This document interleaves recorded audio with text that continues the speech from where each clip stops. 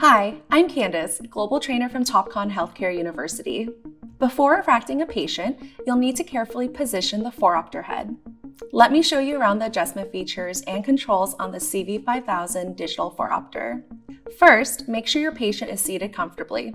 Position the phoropter head in front of the patient's eyes. Maneuver the phoropter by holding it at the top.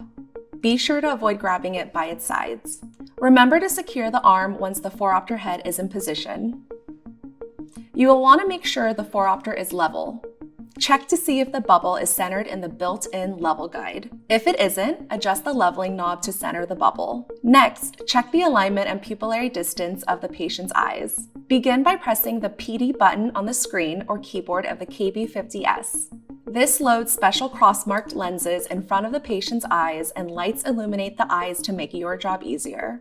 If the pupil centers are not aligned with the cross lenses, use the dial on the KB50S to adjust the horizontal position of the lenses until the pupils are centered.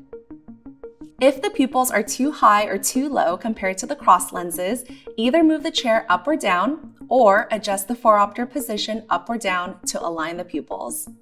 If your system is set up to import autorefractor results directly into your CV5000, the pupillary distance will also be imported. When you select the patient's refractometer data, the phoropter head will automatically adjust to the pupillary distance, saving you time. While you have the PD mode active, you can also check the back vertex distance, the BVD. This is the distance between the phoropter lens and the patient's eyes, which can be viewed in the corneal alignment windows located on each side of the phoropter.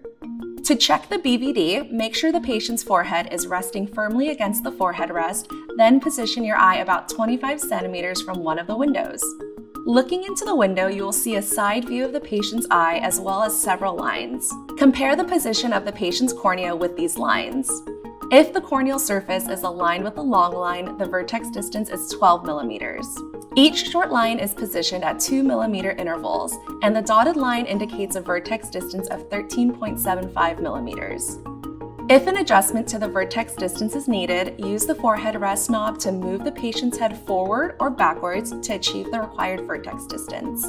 When you have finished making any adjustments to the pupillary and vertex distances, press PD on the screen or keyboard in order to remove the cross lenses and to turn off the corneal illumination lights. When you come to perform near vision testing, attach the near rod and card to the phoropter head and lower them into place. Adjust the working distance of the card as needed. When you're finished, you can either remove the rod or leave it in an upright position in the phoropter head for next time. When switching to near, the phoropter head will converge and LED lights will turn on.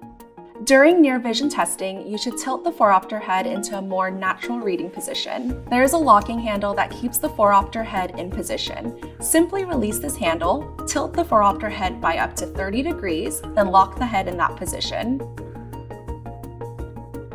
After near testing is complete, unlock the handle, return the phoropter head to its original position, then lock it in place again.